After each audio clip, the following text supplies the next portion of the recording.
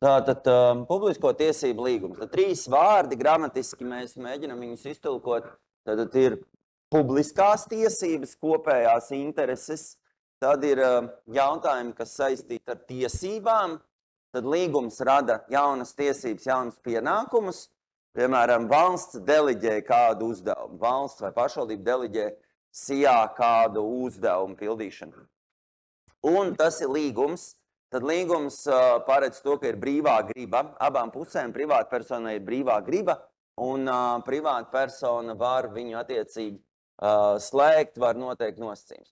Vēsturiski, tad, ja mēs runājam par vēsturi, tātad publisko tiesību kā patstāvīgs proti no privātiesību nodalāmas tiesību nozares identificē senā Roma. Tad jus privātum, jus publicum, kopējā interese, pakļautības teorija, kopējās mantas, domīcīgi.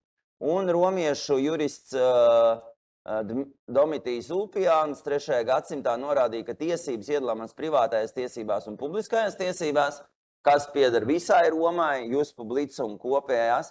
No Ulpiāna atziņām par publisko privāto tiesību nošķiršanu atvasināts vismaz 2 mūsdienu pazīstamās publisko privāto tiesību nošķiršanas teorijas.